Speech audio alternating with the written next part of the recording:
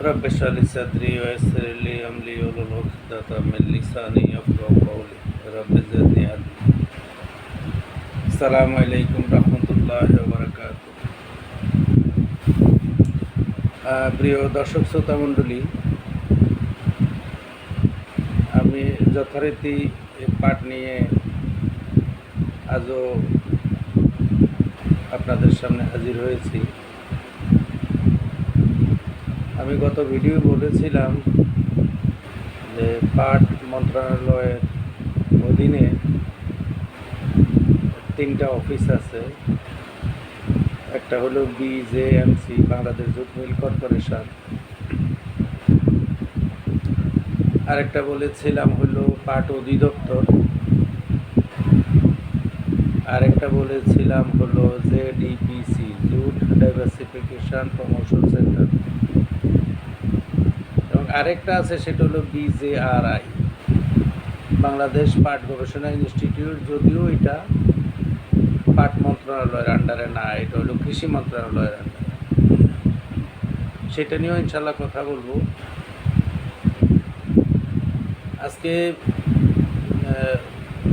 BGMC নিয়ে কথা বলার জন্যই আমি আসলে এই ভিডিওটা শুরু করছি। যখন পাট বাংলাদেশের প্রধান অর্থকরী ফসল হইল, যখন এটা থেকে আমাদের বৈদেশিক মুদ্রা আসা শুরু হইল,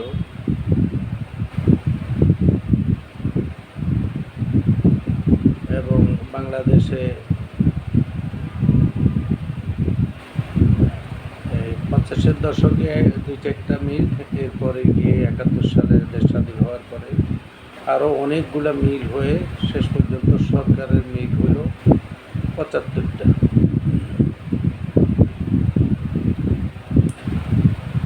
এই 75টা মিলে হাজার হাজার শ্রমিক। এর মধ্যে আপনারা জানেন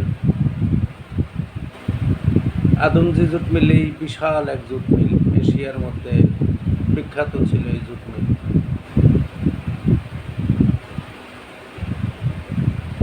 এইটা বিজিএমসির আন্ডারে ছিল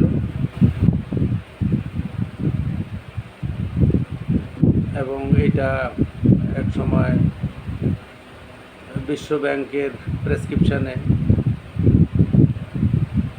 তখনকার বন ও পরিবেশ মন্ত্রণালয়ের পরামর্শে, তখনকার সরকারের হুকুমেই ওই যে মিলটা 2002 সালে বন্ধ হয়ে যায়। ওটাই ছিল সবচেয়ে বড় জুট মিল। এরপরে আস্তে আস্তে আরও বন্ধ হইতে থাকে। আর এটা সবসময় একটা লোকসান, এটাকে ভর্তুকি দিয়ে চালাইতে হয়। আফসোসটা এই জায়গাটাই যে যারা স্পিনিং মিল করছে ব্যক্তিগতভাবে, যারা এমনি আপনার কম্পোজিট জুট মিল করছে, তাদের কখনোই লস আসে না। লস আসে শুধু সরকারি মিলগুলোতে, এবং সেখানে ইউনিয়ন আছে, শ্রমিক ইউনিয়ন। তো আপনারা এই দেশের মানুষ, আপনারা নিশ্চয়ই বুঝতেছেন যে শ্রমিক ইউনিয়ন থাকা মানে ওই প্রতিষ্ঠানটা ধ্বংস। এবং হইলেও তাই। আমি আসলে খুব নেগেটিভ কিছু বলতে চাচ্ছিলাম না, এই কারণেই আমাদের তো আসলে সরকারি যে প্রতিষ্ঠানগুলো, সেটা যদি আপনি বিআরটিএ বলেন, পাসপোর্ট অফিস বলেন, কাস্টম অফিস বলেন, ভ্যাট অফিস বলেন, আমাদের আইন প্রয়োগকারী সংস্থা বলেন,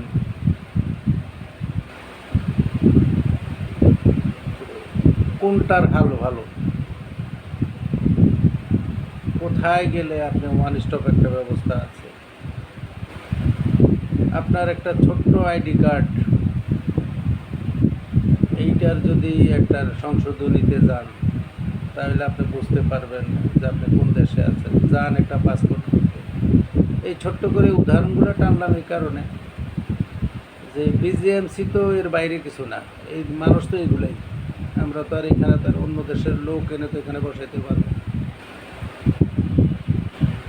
এইটাকে আমার অনেক বন্ধু বান্ধব আছে এই আমার ফ্রেন্ড লিস্টে ফেসবুকে, যারা বিজিএমসিতে চাকরি করে। তবুও আমি নির্লজ্জের মতো আজকে কথাটা বলতে বাধ্য হব যে এইটা আসলে একটা লুটতরাজের জায়গা ছিল। আমি ছোট্ট একটা উদাহরণ দিয়ে কথাটা বলবো, প্রমাণ সহকারে বলবো এই কারণে। 2001 সালে আমি জার্মানি থেকে ফ্রাঙ্কফুর্টে গিয়ে সেখান থেকে একটা অর্ডার নিয়ে আসছিলাম, জুট কটন রাকসাক ব্যাগ, পিছনের ব্যাকপ্যাক ব্যাগ যেটাকে বলে, এরকম একটা ব্যাগের। এইটা আমি কানাডার অর্ডারটা ছিল আমার 18,000 ব্যাগে। আমি আসলে ব্যাগের স্যাম্পল করে নিয়ে গেছিলাম, সেটা বিজিএমসির যেটা ইউনিয়ন ফ্যাব্রিক, সেই ফ্যাব্রিক নিয়ে গিয়েছিলাম, ব্যাগ তৈরি করে নিয়ে গেছিলাম সেই ফ্যাব্রিকে।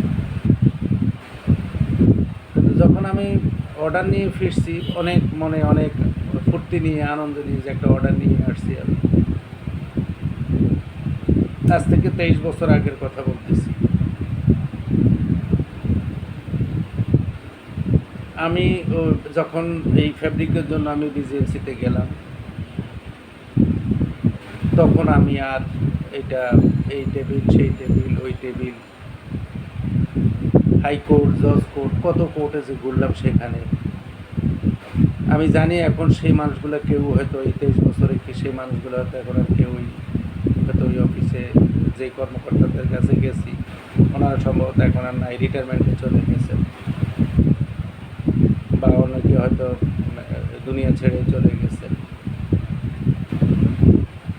চরম তিক্ত অভিজ্ঞতা। আমি একদম বিরক্তি নিয়ে কথাটা বলছি, তাদের টেবিলে বসে থাকতে থাকতে সারপোকাও কামড়াইছে আমাকে। মানে একটা অফিস কত জঘন্য হইলে এরকম হইতে পারে, এই কারণেই তো এটা টিকলো না। বিজিএমসিটা আসলে এই শ্রমিক ইউনিয়ন আর মানে এখন যদি কথাটা এইভাবেও বলি যে যারা এখানে চাকরি করছেন এরা আসলে টেক্সটাইল ব্যাকগ্রাউন্ড হইলে, অ্যাকাউন্টসে যারা আছে তারা ছাড়া বাকিওয়ালারা একটু টেক্সটাইল ব্যাকগ্রাউন্ড হলে জিনিসটা তাদের জন্য ইজি হতে, যদি একটা টেকনিক্যাল বিষয় আছে এখানে, উইভিং আছে, ওয়ার্পিং আছে, অনেক কিছু বুঝার আছে এখানে। অনেকেই আমার জানা মতো অনেকে শর্টার পটার কি সেটাও জানে না। তো আপনাকে কাজ করতে হলে অনেক কিছু জানা লাগে। আমার এইটুকু অভিজ্ঞতা আছে, আপনাদেরকে বলি আপনাদের দোয়ায়, যে বিজিএমসির ভাইয়েরা আমার কাছে ট্রেনিং করতেও আসছেন, দেখছেন যে আসলে এইটা কাজ করতে হলে আপনাদের শেখা লাগবে। তো এটা অত্যন্ত দুঃখজনক, এই জাতির জন্য লজ্জাজনক যে এরকম একটা প্রতিষ্ঠান লাস্ট পর্যন্ত ধ্বংস হয়ে গেল। এবং অনেক কথা এইটা ওই গিবত হবে। এইটা যে ভাইরা আমার ফ্রেন্ড লিস্টে আছে বা যারা এটা দেখবেন তাদের কাছে এটা কষ্টের হবে, এই কারণে যে কথাগুলো আগে জানলাম না কেন, বা জানছি আর আপনি এখন আর বলেই লাভ কি, যেহেতু এটা বন্ধ হয়ে গেছে। এবং বড় দুঃখজনক যে গত সরকারের আমলে 2020 সালে লতিফ বাউনি সহ সরকারের বাকি 25টা মিল, 75টার থেকে 50টা বন্ধ হয়েছে আগে, 25টা লাস্ট, এই লাস্ট কপিনের প্যার একটা মারলেন আমাদের এই গত সরকারের পাটমন্ত্রী, যিনি আমাদের প্লাস্টিক মন্ত্রী, ওনার ব্যবসা ছিল প্লাস্টিক। এই কথাটা আমি আগেও বলছি যে আপনি যে প্লাস্টিকের ব্যবসা করে তাকে আপনি দিছেন হলো পাটের মন্ত্রী বানায়া। এইটা তো আমার মনে হয় নর্মাল সেন্সে তো জিনিসটা বোঝা যায় যে ওনার তো মায়া থাকবে হলো প্লাস্টিকের দিকে, যেহেতু ওনার ব্যবসা প্লাস্টিকের।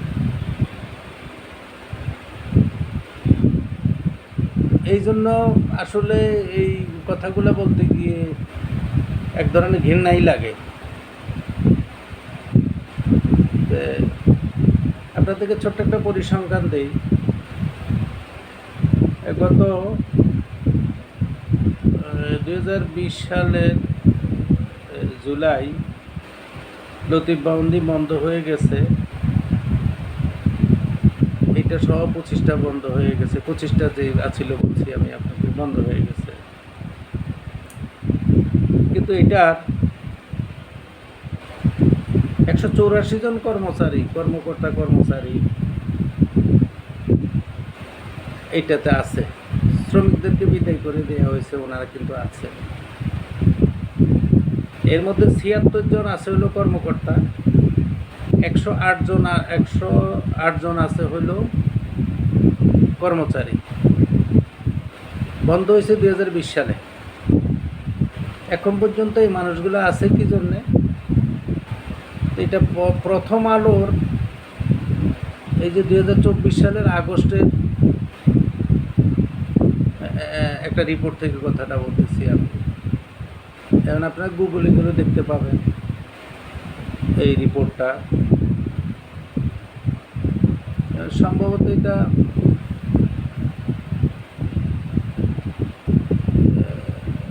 আগস্টের মধ্যে 12ই আগস্ট 2024 সালের রিপোর্ট, যে এই কর্মকর্তা-কর্মচারী ওনারা পালাক্রমে লতিফ ভবনী পাহারা দেয়, এই মেশিনপত্র পাহারা দেয়। এখন এই যে 184 জন কর্মকর্তা-কর্মচারী, এইটা আপনাদেরকে এইটুকু বলে রাখি, এখানে জমিন আছে 100 একর। লতিফ ভবনের যে জমিটা, এটা 100 একর। এখানে যে মিলগুলো আছে, মিলের মধ্যে যে মেশিনগুলো আছে, এগুলা পাহারা দিতেছেন ওনারা গত 4 বছর ধরে। আর ওনাদেরকে আমরা বেতন দিয়েছি, আমাদের আমাদের যে বাংলাদেশের জনগণ, তার ট্যাক্সের টাকা এদেরকে বেতন দেওয়া হচ্ছে। আরও খবর শুনেন, যে 25টা মিল 2020 সালের 1 জুলাই বন্ধ হয়ে গেছে, সেখানে শ্রমিকদেরকে ছাঁটাই করে দেওয়া হয়েছে। আলহামদুলিল্লাহ, শ্রমিকরা চলে গেছে। কিন্তু 2347 জন কর্মকর্তা এখনও আলহামদুলিল্লাহ বহাল তবিয়তে ওনারা চাকরি করে যাচ্ছেন। তো চাকরি করছেন, এর মধ্যে 898 জন কর্মকর্তা, 1449 জন কর্মচারী, এবং ওনাদের এই জন্য 23-24 অর্থ বছরে বেতন বাবদ 137 কোটি টাকা, 137 কোটি 23 লাখ টাকা বিজিএমসি লোকসান দেয়, মানে ওনাদের বেতন দেওয়া লাগে। বিজিএমসি কিন্তু মিল কিন্তু বন্ধ, এবং এই অর্থ বছরে বিজিএমসির লোকসান দেয় 180 কোটি টাকা, 80 কোটি 21 লক্ষ টাকা।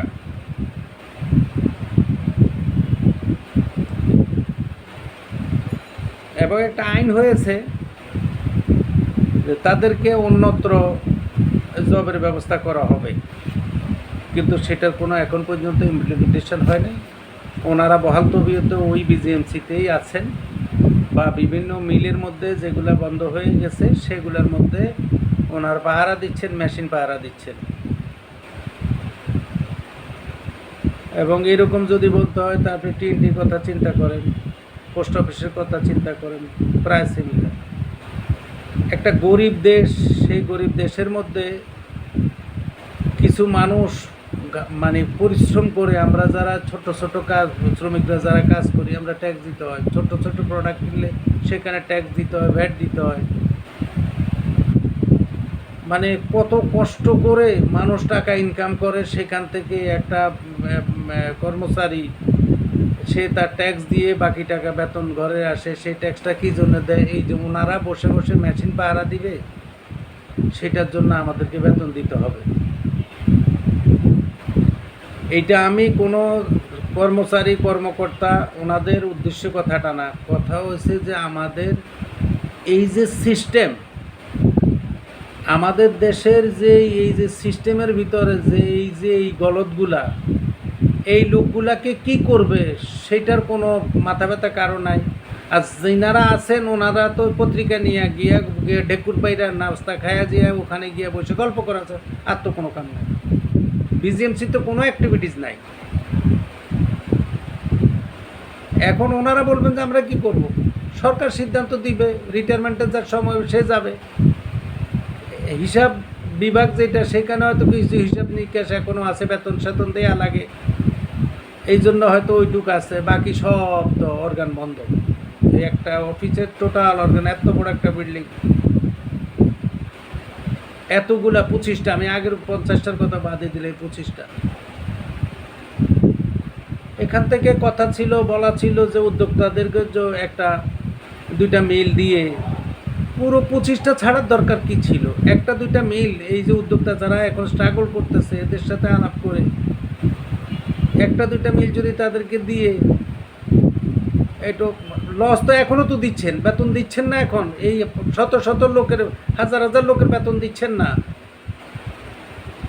একটা মিল রেখে এখানে এদেরকে দিয়ে পরীক্ষা করে এটার থেকে তো একটা ভালো কিছু আসতে পারে। আপনারা সেটা করলেন না, আপনারা কী করলেন? টোটাল বন্ধ করে দিলেন। এবং আপনারা লিজ দিতে চাচ্ছেন প্রাইভেটকে, প্রাইভেট লিজ দিবে, আর প্রাইভেট যে লিজ দিবে সে নিয়ে কি এটাকে, এত বড় 100 একর জায়গা, লতিফ বহনের কথাই যদি আমি বলি, এরকম আরেকটা বড় আছে পিপল জুট মিল খুলনায়, বিশাল, দেখে আসলাম, সম্ভবত সেটাও 100 একর। এত বড় বড় মিলগুলা, এবং এগুলার ছোটোখাটো হিসাব যেটা, যন্ত্রাংশের হিসাব যেটা, এটা লসের যে কারণগুলা, এগুলো আরও নোংরা। এই কথাগুলো যদি বলতে হয়, আরও ওপেন করে বলতে হয়, তো এইটা আরও দুঃখজনক হবে, আরও খারাপ শোনা যাবে। আমি যতটুকু ভদ্রতার সহিত, যতটুকু রেসপেক্টের সহিত কথা বলা দরকার সেটা আমি করতেছি। এই জন্যে করতেছি কারণ যে ভাইয়েরা চাকরি করে, যে ভাইয়েরা, সব মানুষ তো খারাপ না, বিজিএমসিতে যারা চাকরি করছেন সবাই কি খারাপ না? আমাদের দেশে কি সব মানুষ খারাপ না? অসৎ কিছু লোকের কারণে মানে এটা কোনোভাবে এই দেশটা আগাইতে পারতেছে না। তো এই কারণেই বললাম, এখন এই পলিথিন বন্ধ, এই 1 তারিখ থেকে পলিথিন বন্ধ। আজকে যদি বিজিএমসির মিল যদি একটা দুইটা মিল চালু থাকতো, টুকটুক করে যদি কিছু, সবাই তো বসে আছে। কয়টা কর্মচারী আপনি যদি 2300-2400 লোক যদি রাখতে পারেন, একটা মিলের এরকম 1-150 কর্মচারী রেখা দিলে সেখান থেকে কিছু প্রোডাকশান আসতে পারতো। তো বন্ধ করে ফায়দা হলো কি? লস বন্ধ হয়ে গেছে না? এখনও তো আমি দেখাইলাম যে লস আছে 180 কোটি 21 লাখ টাকা এবছর লস। এটা কি লস না? এরকম লস দিতেছেন, অথচ আমি ওই দিনও বলতেছিলাম যে এইখানে উদ্যোক্তাদেরকে ভর্তুকি দিয়ে এখন পরিবেশ মন্ত্রণালয় যে বন্ধ করতেছে, পরিবেশ মন্ত্রণালয় লক্ষ লক্ষ কোটি কোটি টাকা থাকতে পারে পরিবেশের বিষয়ে, পরিবেশকে সুন্দর রাখার জন্য, সেখান থেকে কিছু টাকা কি এই উদ্যোক্তাদেরকে দিয়ে, ওই ভর্তুকি দিয়ে কি এটা করা যেত না? এদেরকে 3-6 মাস দিলে তো এরাই ইউজ টু হয়ে যায়, প্রাইসও কমে আসে, আস্তে আস্তে আস্তে আস্তে আমরাও করতাম, মানুষ ব্যাগ ইউজ টু হয়ে গেলে মানুষও কেনা শুরু করতো, আস্তে আস্তে একটা জায়গায় চলে আসতো না।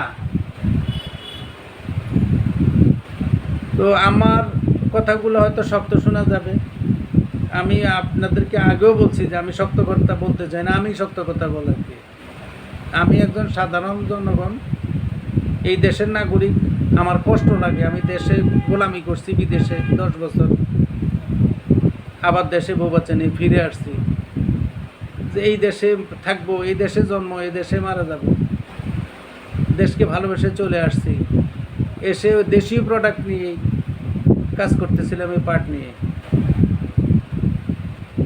কিন্তু আমি দুঃখিত যে আমি কোনোভাবে কিছু না করে, কিছু না করতে পেরে, অথচ আমি এইটার মানে জৌলুস দেখেছি, এই পাটের জৌলুস দেখেছি আমি। আমার প্রাইভেটে যারা দেখছি শুধু সিম্পল ব্রোকারি করে, মানে র পাট পাশের দেশে পাঠায় দিয়ে তার ঘরের মধ্যে তারা বন্ধু বান্ধব উইকেন্ডে দেখতাম কী হারে তারা মাছ মস্তি করতেছে, ড্রিঙ্ক করতেছে, কাচ্চু খেলতেছে, 3-4-5টা তাসের প্যাকেট নিয়ে তারা কি সুন্দরে তারা ড্রিঙ্ক করতেছে, তারা এরকম গোস মাছ গোস খাইতেছে আর কাঠ খেলতেছে রাতের পর রাত। রাজার হাল। ব্যবসা কি? পাটের ব্যবসা, পাট এক্সপোর্ট করে। এইগুলো তো এক ধরনের মানে এই দেশে চুরি ডাকাতি হয়ে গেছে। কি বলবেন আপনারা? জুট মিল যেগুলোর মধ্যে এই যে এরকম যে জুট কেনার পরে পাট কিনে যে গুদামে রাখে, সেই গুদামে কেন আগুন লাগবে? ইন্স্যুরেন্স করার পর কেন আগুন লাগবে? এই কথাগুলো যখন বলবো, এই কথাগুলো শুনতে খারাপ শোনা যাবে এবং এগুলা বাস্তব কথা। কেউ এই কথাগুলো বলেনি, আমি বলতেছি এই দেশের জনগণ জানার জন্য। এখন কিছুই করার নাই, কিন্তু আমরা কেন এই পাট ধ্বংস হইল, এই ধ্বংসের এই পাটকে যে কবর দেয়া হয়েছে, কবর দেওয়ার জন্য দায়ীকে, এই জিনিসগুলো অন্তত এই দেশের প্রজন্ম, পরের সামনের যে প্রজন্ম তারা জানুক যে আমাদের প্রধান অর্থকরী ফসল, আমাদের সোনালী আঁশ, যেটা নিয়ে আমার প্রধান অর্থকরী ফসল যদি হয়, যেটা নিয়ে মন্ত্রণালয় হয়, সেটা কেন বন্ধ হবে? এখানে সরিষার ভিতরে যে ভূত, আমাদের এখানে যেই মানে যারা অন্যকে, অন্য দেশকে সুবিধা দেওয়ার জন্য এই দেশে বসে কবজা নাড়তেছেন, যারা এই দেশের র পাটকে পাশের দেশে পাঠাই দিয়ে আপনি এক্সপোর্ট করে ফেলতেছেন, অথচ এইটাকে এই 3,000 টাকার 1 মণ পাট, এইটা আপনার যদি ডাইভার্সিফাই জুট প্রোডাক্ট করে, ভ্যালু অ্যাড করে, তাহলে এইটা $3,000, $30,000 পর্যন্ত এটাকে করা যায়, ভ্যালু অ্যাড করা যায়। এটার সাথে অন্যান্য প্রোডাক্ট করে, ফ্যাশনেবল প্রোডাক্ট করে, হোম ডেকোর করে, এটা মানুষ এটা থেকে এখন উদ্যোক্তারা ওইভাবে পয়সা কামাইতেছে। জুতা করে, কোটি করে, শাড়ি করে পাট দিয়ে, 180 ধরনের প্রোডাক্ট এখন। আর আমরা র পাটকে পাঠাই দিচ্ছি পাশের দেশে, দিয়ে আমরা উদ্ধার হয়ে যাচ্ছি। পাশের দেশ এগুলাকে ফাইন ইয়ার্ন করে আপনার এক্সপোর্ট করতেছে, আর আমাদের দেশ পাঠতেছে না। আমাদের দেশের পাট অল্প হয়ে যায়, সেই পাট দিয়ে আমরা করতে পারি না, কস্টিংয়ে আসে না। এর মধ্যে তো আমাদের দালাল, পাটের মধ্যে কত রকম চক্র। এই কারণে আসলে আজ পর্যন্ত এইটা এই পাটের যে এই দুর্দশা, এই দুর্দশার কারণগুলো ছোট ছোট ইঙ্গিতের সহিত বলছি। এইগুলা খুব আরও রূঢ়ভাবে বললে, সবাই তো মানসিকতা এক না, সবার মন মেজাজও এক না। আর আমিও কারো শত্রু না, আমি কেন আমার শত্রু বানাইতে যাব? এরপরও যদি আমার কথাগুলো, আমি একটু কথা বলার সময় আমি আমার হয়তো এক্সপ্রেশন ঠিক রাখতে পারি নাই, এই জন্য আমি মাপ চাই। আমার ভাষাগত সমস্যা হলে সেই জন্য আমি মাপ চাই, আপনাদের কাছে ক্ষমা চাই। কিন্তু এই কথাগুলো, না বলা কথাগুলো যদি আমি এই এতদিন যেগুলো চাপায় রাখছি বুকের ভিতরে, এই কথাগুলো যদি আমি না বলি, তাহলে এইটাও এক ধরনের জুলুম। আমি ইনফরমেশান লুকায় রাখছি, এটা বলা হবে। তো আমাকে মাফ করে দিবেন, আমার জন্য দোয়া করবেন। এই আমি জানি না এখনকার যে এই অস্থায়ী যে সরকার, তারা কতদিন থাকবে, তারা কতটুকু করতে পারবে। সেই আপনার নৌ পরিবহন ও বনপরিবেশ মন্ত্রণালয়ের যে অ্যাডভাইজার, উনি নৌ মন্ত্রণালয়ে গিয়ে বলছে এটা শুধু চুরি হয় নাই, মহা চুরি হয়েছে ওই মন্ত্রণালয়ে। তো একজন অ্যাডভাইজার যদি একেবারে জনসমক্ষে যদি এরকম কথা বলে, তো উনি যখন বিজিএমসিতে আসবেন, পাট মন্ত্রণালয়ে আসবেন, উনি একই কথা বলবেন যে উনি যে চুরি, এটা আসলে সমুদ্র চুরি হয়েছে, সমুদ্র চুরি করছে। আল্লাহ তাআলা আমাদের সবাইকে হেফাজত করুক।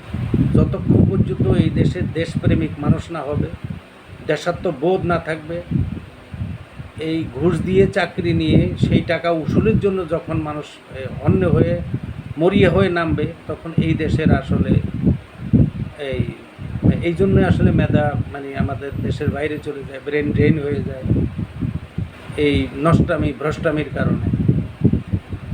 আপনারা সবাই ভালো থাকবেন, আমার জন্য দোয়া করবেন। আমার কথায় যদি কোনো ভুলভ্রান্তি থাকে আমাকে মাফ করে দিবেন লম্বা সময় থাকার কারণে। আর যদি কেউ চ্যালেঞ্জ করেন, এগুলোর ব্যাখ্যা চান, করতে পারবেন, আমি ব্যাখ্যা দিতে পারবো, কারণ আমি ইনফরমেশন ছাড়া কথা বলি না। এখনও যে কয়টা কথা বলছি সেটা আমি একদম ইন্টারনেট থেকে নিয়ে, আপনারা ইন্টারনেটে গেলে পাবেন। আমি তথ্য একদম ডায়েরি করে কথাগুলো বলছি এই কারণে যে আমার যেহেতু কেউ শত্রু না, আমি শুধু আমার এই ভবিষ্যৎ প্রজন্মকে, যেহেতু আমি সার্চ দিলে, ইউটিউবে সার্চ দিলে ইন্ডিয়া পাই, কোনো কন্টেন্ট নাই, কোনো ভিডিও নাই, কোনো কিচ্ছু নাই।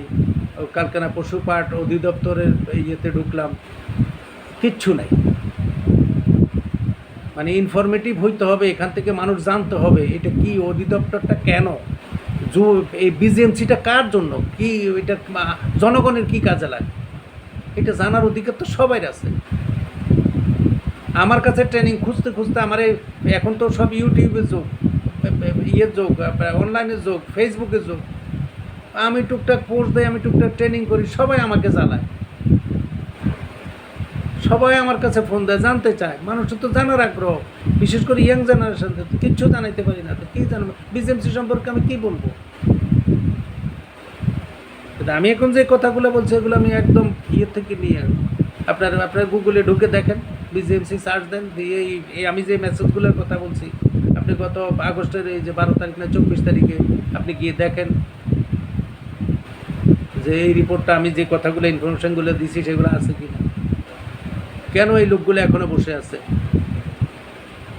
কেন এই লোকগুলোকে এখনও বেতন দেন জনগণের এই ইয়ে থেকে, এই কষ্টের টাকার থেকে, এই ইয়ে থেকে, ট্যাক্সের টাকার থেকে তাদের বেতন দেন, ওনাদেরকে কেন অন্য জায়গায় প্রোভাইড করেন না। আমি শুধু প্রশ্ন রেখে গেলাম, এই প্রশ্নটা আসলে কাকে করলাম, আমি আমার নিজেকে করলাম। আমাকে মাফ করবেন। আসসালামু আলাইকুম রহমতুল্লাহ বারাকাতুহু।